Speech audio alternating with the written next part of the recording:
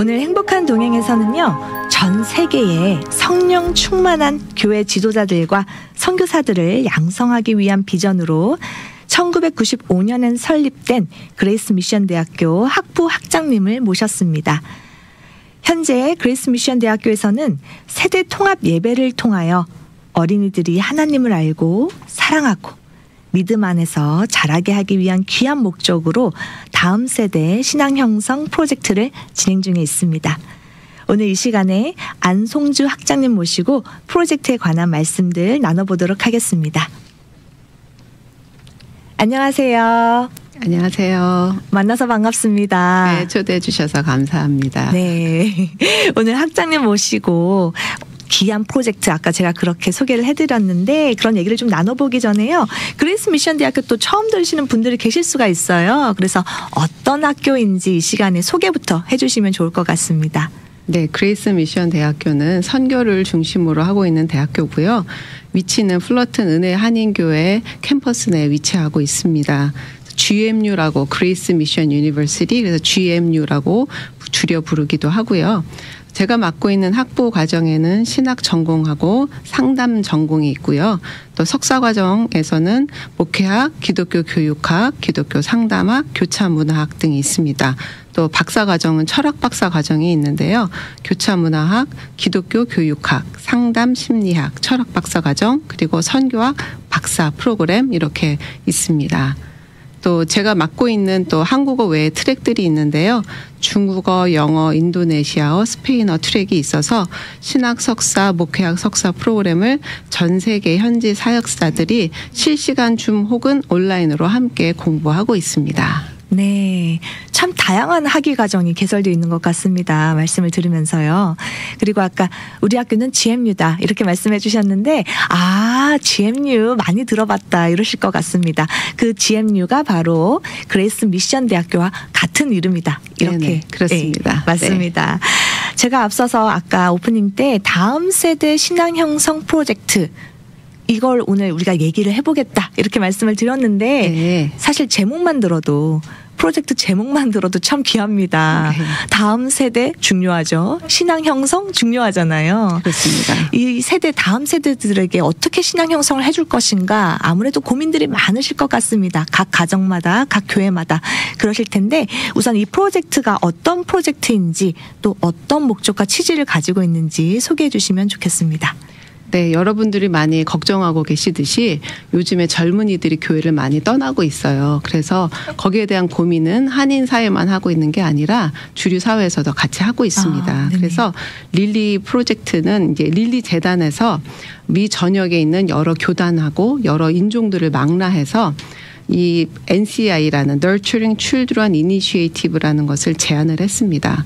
그래서 다양한 인종적 배경과 신학적인 배경을 가지고 있는 학교들이 동시에 이 연구를 진행을 하고 있습니다. 그래서 저희에게는 이게 초청이 와서 여기에 대해서 제안서에 맞춰서 저희가 프로포즈를 냈고요. 그게 이제 채택이 되어서 네, 이 연구를 지난해부터 시작해서 이제 직접 26년까지 3년간 진행하는 프로젝트로 저희가 준비를 하고 있습니다. 영어 이름으로는 Nurturing Children Initiative. 줄여서 NCI라고 말을 하고요. 한국어로는 이제 직역보다는 아동 양육 프로젝트 하면은 좀 이해가 잘 안 되시니까 네네. 다음 세대 신앙 형성 프로젝트라고 저희가 부릅니다. 젊은 세대들이 교회를 떠나는 이유에 대해서 우리가 여러 가지 고민을 해봤는데요. 그들이 어렸을 때부터 교회 안에서 자라는데 왜 교회를 떠날까? 대학교 가면서 떠나고 청년이 되어서 직장 가지면서 또 떠나게 되는데 왜 떠날까 이런 것들을 고민을 해보다가 아이들에게 하나님을 직접적으로 개인적으로 퍼스널리 하나님을 알고 사랑하고 믿음 안에서 자라게 해야겠다. 그래서 어떻게 하면 진정한 의미에서 신앙 형성이 될까 이런 것들을 고민하면서 여기에서 제안을 받았던 것은 세대가 같이 통합해서 드리는 예배를 연구해라라고 이것을 제안을 받았습니다. 예, 그래서 저희가 처음에는 그냥 그런 예배가 있나 보다. 우리가 예전에 한국에서는 왜 같이 어른들이랑 아이들이랑 같이 예배 드렸거든요. 네네, 맞습니다. 그래서 우리는 익숙한데 지금 자라고 있는 아이들은 완전히 나뉘어져 있거든요. 네. 어른들은 어른들대로 따로 같은 교회를 같은 차를 타고 가더라도 교회 도착해서는 다 따로따로 뿔뿔이 흩어집니다. 그리고 나서는 뭘 배웠는지 가는 길에 이제 집에 가는 길에 물어보지만 애들이 제대로 설명 안 해주면 부모님들은 모릅니다. 맞습니다. 그리고선 아이들이 어떤 찬송을 불렀는지 어떤 말씀을 들었는지 모르고 지나가는데 결론적으로는 세대 통합 예배를 드려서 이것들을 우리가 알고 있는 진리들을 그런 우리 신앙을 후대에게 전수해야 되는구나라는 것을 이제 주류 사회에서도 인정하고 있는 것이고 우리가 이 연구를 하면서 더더욱 그게 더 중요하다라는 것을 알게 된 것이죠. 말씀을 들으면서요, 우리 한인교회, 특별히 이 미주 땅에 있는 한인 이민교회들에서 이세들이 많이 떠나는 거가 문제가 된다. 그런데 그게 사실 우리들만의 문제가 아니고 현재 주류 사회에서도 계속 일어나고 있는 문제다. 이렇게 말씀을 해주셨습니다. 제가 자랄 때만 해도 사실 어른들이 어떻게 예배를 드리는지 예배 드리는 모습을 저희가 보면서 클 수 있었거든요. 그렇죠. 굉장히 박수를 크게 치면서 네. 찬양을 크게 불렀던 그 기억이 있습니다. 그리고 또 기도할 때 어른들의 그 한국식 기도죠. 통성 기도를 할 때 네. 정말 뜨거운 기도. 네. 어릴 땐 조금 무섭기도 했습니다. 그랬던 것이 현재는 아까 말씀하신 것처럼 교회 딱 도착하면 가족들이 연령별로 흩어지잖아요. 네. 아이들은 교육부서로 가고 어른들은 또 대예배 본당으로 가서 어른 예배를 드리는데 세대 통합 예배라는 표현을 쓰셨어요. 세대 통합 예배. 뭔가 다 같이 한 자리에서 드리는 예배인 것 같기는 한데 이걸 조금 더 자세히 설명을 해주시면 좋을 것 같아요. 어떤 예배를 말씀하시는 건지. 네. 영어로는 intergenerational worship이라고 얘기를 하고요. 그래서 세대 통합 예배, 전 세대 예배, 온 세대 예배, 간 세대 예배 뭐 여러 가지 말로 쓰여지긴 합니다. 그런데 이 의미하는 것은 어른 예배에 아이들이 들어가 앉아서 손님처럼 앉아 있는 게 아니라 모든 세대가 자신들이 주체가 되어서 드리는 예배. 아이들과 부모님들과 조부모님 세대가 같이 함께 드리는 예배를 이야기합니다. 그래서 아이들이 그 자리에 있다라고 해서 세대 통합 예배가 아니라 아이들이 자신의 예배라고 느껴야 합니다. 네, 아이들을 대상으로 한 찬양이 있어야 되고 아이들이 들을 수 있는 설교여야 되고 아이들이 함께 참여하는 예배. 그것이 진정한 의미에서 세대 통합 예배라고 할 수 있습니다. 아이들이 그러니까 전적으로 이 예배는 내 예배다 네. 라고 생각할 수 있게끔 네. 그 아이들을 예배에 참여시키고 네. 또 그 아이들이 예배에 소외되는 게 아니라 아이들을 위한 찬양과 설교 말씀도 중요하다고 말씀을 해주셨습니다. 네. 이게 사실 어떻게 보면 가정에서 처음에 이루어져야 되는 게 아닌가. 아까 맞습니다. 조부모 세대도 말씀하셨잖아요. 가정에서 예전에 핵가족이 아니고 다 같이 살던 시대 때에는 할머니, 할아버지 그리고 엄마, 아빠, 자녀 모두가 함께 앉아서 예배를 드리고 그런 모습을 아이들이 또 지켜보고 또 기도도 시키고 헌금 걷는 순서에 또 아이들을 참여시키고 그랬던 것 같은데 현재는 좀 그런 부분이 많이 아쉬운 것 같습니다. 아이들이 볼 기회가 없었죠. 교육이 잘 된다고 하는 교회일수록 더 그렇습니다. 연령대별로 세분화되어서 부모님들이 어떻게 찬양하시는지 어떻게 기도하시는지 가정 예배를 드린다 그러면은 볼 수가 있었겠지만 그렇지 않다면은 말로만 듣는 거죠. 부모님들이 얘기하시는 훈계, 잔소리 이런 형태로만 신앙이 전수가 됩니다. 근데 우리가 아시다시피 잔소리 한다고 해서 그대로 하지 않거든요. 네, 맞습니다. 네. 잔소리는 힘이 없습니다. 이렇게 하란다고 뭐 예배에 빠지지 말아라, 뭐 미리 가서 예배 준비해라, 뭐 이렇게 얘기한다고 해서 될 것 같으면은 잔소리 할 일이 없겠죠. 네. 그런데 매주마다 같은 잔소리를 하는 거 보면은 말로는 바뀌지 않고요. 어떻게 부모님들이 예배를 준비하시고 나가시는지, 어떻게 예배들을 기도하시면서 준비하시는지, 말씀 들으실 때 그 얼굴 표정, 눈빛 뭐 이런 것들은 그 자리에 있어야만 알 수 있는 거거든요. 맞습니다. 그러니까 예배자로서의 모습, 예배를 진행하는 사람, 예배 설교를 하시는 모습 이런 게 아니라 예배자로서의 부모님, 할아버지, 할머님들의 후대를 향한 그런 뜨거운 기도, 중보의 기도 이런 것들은 함께 있을 때 정말 느낄 수 있고 볼 수 있는 것들이거든요. 우리가 너무나 많은 것들을 놓치고 있었다는 거죠. 제가 우리 학장님 말씀을 들으면서 급 회개가 되는데요. 사실 제가 지금 출석하고 있는 교회에서 한 달에 한 번씩은 온 세대가 다 함께 토요일 아침 6시 새벽 예배를 같이 드리는 네. 순서가 있습니다. 그 시간에 자녀들을 데리고 나와서 엄마 아빠 옆에 앉게끔 해서 또 머리에 손을 올리고 안수기도도 해주고 이런 시간들이 있는데요. 저는 사실 좀 아이가 피곤하기도 하고 제가 피곤하기도 해서 좀 스킵을 많이 했던 적이 있는데 지금 말씀을 들으면서 맞다, 뭐가 중요한데 아이한테 예배 드리는 모습, 아까 말씀하신 예배를 바라보는 나의 눈빛, 나의 태도 그런 것들을 좀 보여줘야겠다 이런 생각이 다시 들었습니다. 네, 맞습니다. 그런데 세대통합 예배가 참 중요한데 이걸 어떻게 시작할 수 있을까요, 학장님? 이제 저희가 이 세대통합 예배를 4가지 파트로 나눠서 좀 연구를 하고 있는데요. 첫 번째는 이제 전체적으로 아우르는 세대통합 예배 그것이고요. 두 번째는 장애아도 포함한 예배입니다. 그 모든 어린이에는 장애아와 또 여러 가지 뭐 언어적인 어려움이 있어서 또는 다국적인 여러 멀티 에트닉 아이들 모든 아이들을 다 포함합니다. 그래서 모든 아이들이 다 통합된 예배 그리고 미디어와 아트를 사용한 예배 그리고 신앙의 실천을 하는 그런 예배 이런 것들을 연구를 하고 있는데요. 그래서 이 세대통합 예배를 드릴 때에는 아이들이 그 주체가 되어서 드리는 거거든요. 조금 전에 어떤 질문을 주셨는지 다시 한번 말씀해 주실래요? 이걸 어떻게 시작하면 좋을지 세대통합 네. 예배라는 게 중요한 건 알겠는데 시작하려고 하니까 좀 막막할 수 있을 것 같아요. 그래서 처음에 시작할 때 어떻게 하는 것이 도움이 될지 말씀해 주시면 좋을 것 같아요. 가장 좋은 것은 개척하실 때 아예 세대통합 예배로 시작하시는 것이 가장 좋습니다. 처음에 시작할 때부터? 네. 저희가 그동안에 20년 이상 세대통합 예배를 드려왔던 필라 안디옥 교회와 달라스 나눔 교회를 방문을 했습니다. 그래서 어떻게 예배들을 드려오고 있고 어떤 어려움이 있었는지 이런 것들을 보고 왔는데요. 거기에서 시작할 때부터 처음부터 이 예배를 개척하실 때부터 이렇게 시작을 하셨다고 해요. 너무나 많이 어려웠지만 그거를 계속 해오셨는데요. 우리가 보통은 이제 교회 개척할 때에는 각 부서 사역자를 따로따로 두지 않고 담임 목사님 한 분으로 시작하는 경우가 많습니다. 어쩔 수 없이 세대통합 예배로 시작합니다. 네네. 거기 있다 보면은 아이들은 부모님들과 함께 앉아서 예배를 드려야 되고요. 그러다 보면은 같이 처음부터 끝까지 같이 앉아 있게 되거든요.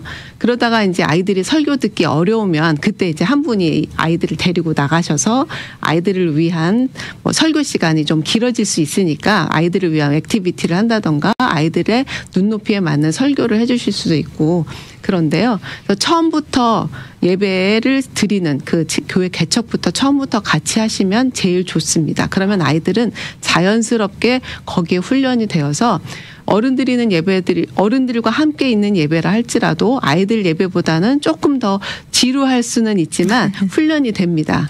그래서 아예 태어난 아기들 신생아부터 혹자는 유치원 요때 아이들은 많이 돌아다니니까 그때는 빼고 좀 앉아있을 수 있는 엘리멘터리 1학년, 네. 2학년 요 정도 되면은 그때부터 뭐 이렇게 얘기하기도 하시는데요. 좋기는 신생아부터 신생아 소리가 없습니다. 네, 자잖아요.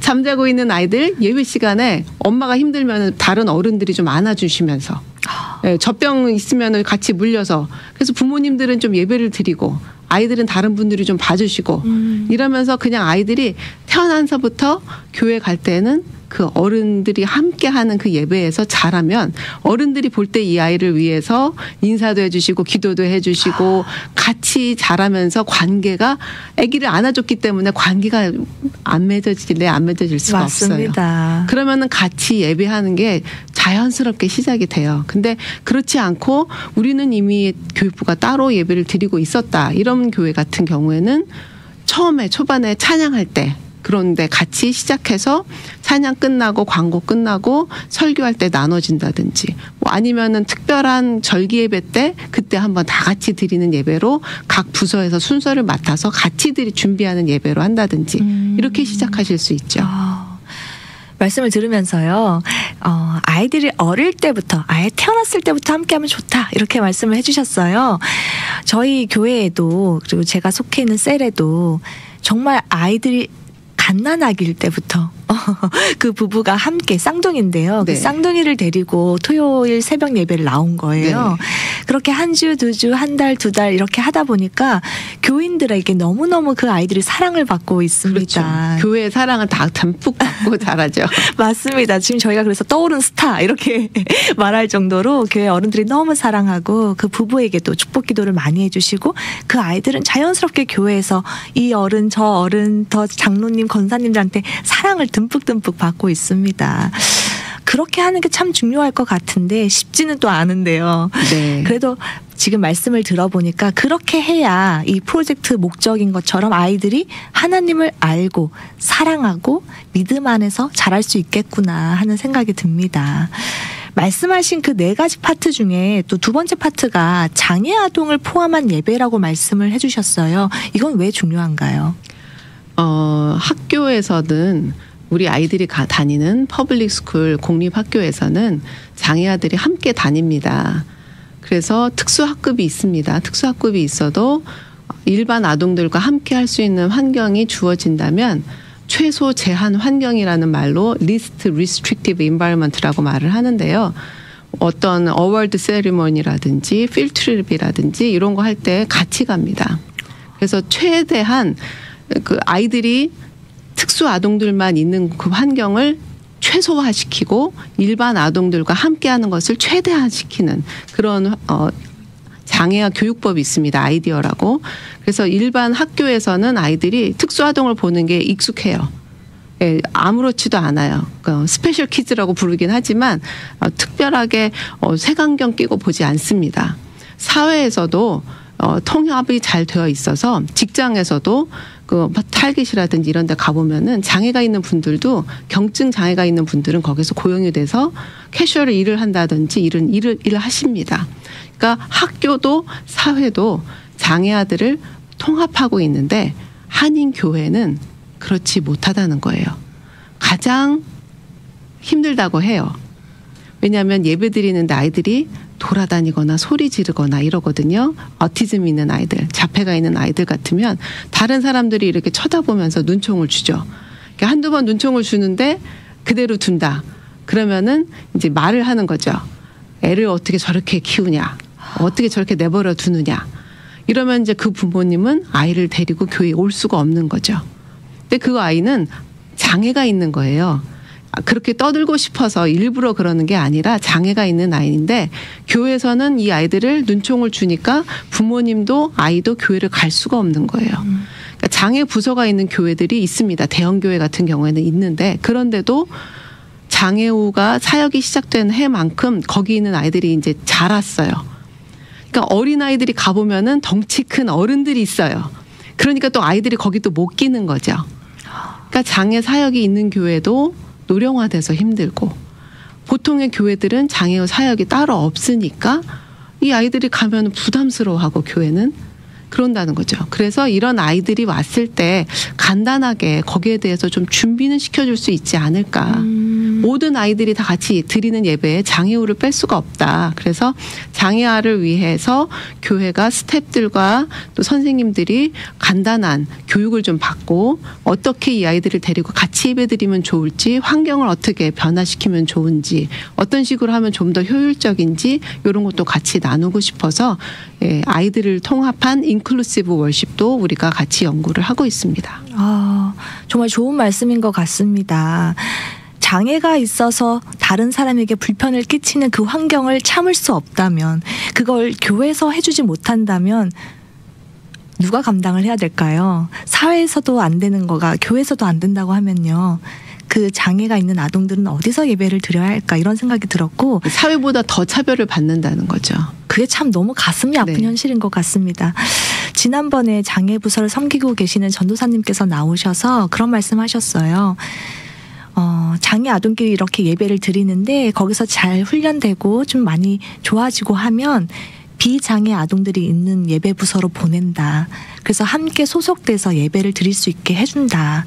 그런 말씀을 해주셨어요. 그게 왜 중요할까 생각했는데 그런 모습들을 자주 보고 우리가 친숙해져야 다른 사회 어디 낯선 곳에서 그런 장애아동을 마주했을 때 우리가 이상한 물체를 보듯이 쳐다보지 않겠구나. 왜냐하면 익숙하니까. 그런데 계속 격리돼서 따로따로 예배를 드리고 그 모습을 보지 못하다 보니까 그리고 또 안 받아주는 교회도 많잖아요. 그런 친구들을 못 보다 보니까 낯선 곳에서 그런 장애가 있는 친구들을 봤을 때 눈이 자꾸 가는 거죠. 그런데 그 부모님들은 그 시선 때문에 상처를 받는 거거든요. 이런 역할들을 좀 교회에서 시작했으면 좋겠다. 그래서 장애 아동을 포함한 예배가 참 중요하겠구나라는 생각을 지금 학장님 말씀 들으면서 또 한 번 하게 됩니다. 맞습니다. 또 세 번째로는 미디어를 활용해서 드리는 예배가 있어요. 이건 또 어떤 예배인가요?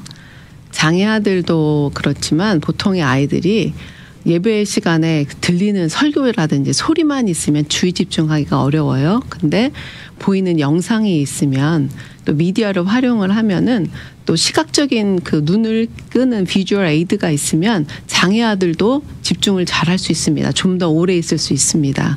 그래서 교회에서 미디어 사역부가 있어서 이런 것들을 좀 영상을 직접 만들고 아이들이 나와서 직접 그 교회 아이들을 촬영을 하고 네, 이런 것들을 할 수 있으면 자기 얼굴이 여기 앞에 나오면은 얼마나 딴짓 안 하죠. 집중하죠. 얼마나 집중하겠어요. 네. 그 아이들이 또 직접 또 사역하고 이러는 모습들도 찍어서 보여주고 이러면은 설교 또 보일 때 우리가 한국어 영어 병기할 수도 있잖아요.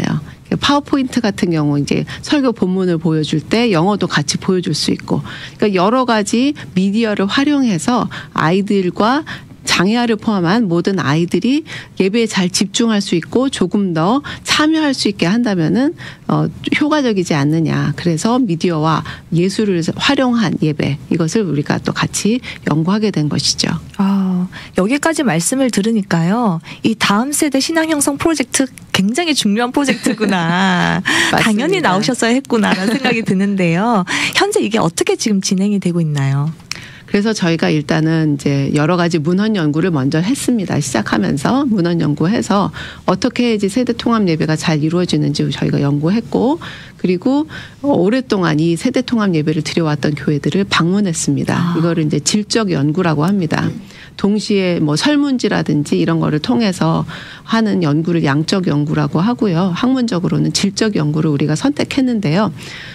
세대 통합 예배라는 것이 이렇게 익숙하지 않기 때문에 조금 더 깊이 파보는 게 이제 질적 연구입니다. 그래서 그 교회 직접 가서 관찰을 합니다. 예배를 어떻게 드리는지 보고 관찰을 하고요.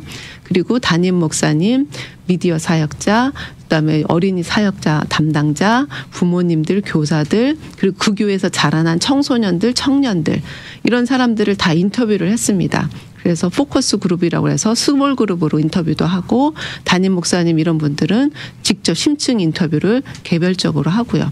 이렇게 해서 어떤 어려움들이 있어 왔는지 어떻게 극복해 왔는지 그런 것들을 저희가 연구를 해서 그 모든 결과들을 질적 연구 분석을 합니다. 그래서 그 모든 저희가 관찰하고 인터뷰했던 분들이 소형, 중형, 대형 교회가 이제 세 그룹으로 나눠져서 다 있어요. 그래서 각각의 그룹별로 어떤 식으로 베스트 프랙티스 가장 모범 답안은 무엇일까? 세대 통합 예배를 교회 사이즈별로 상황이 다르니까 어떻게 하면 가장 좋을까를 저희가 분석해서 결과물이 나오면 그거를 저희가 같이 협력교회로 신청하시는 교회들은 나누려고 합니다.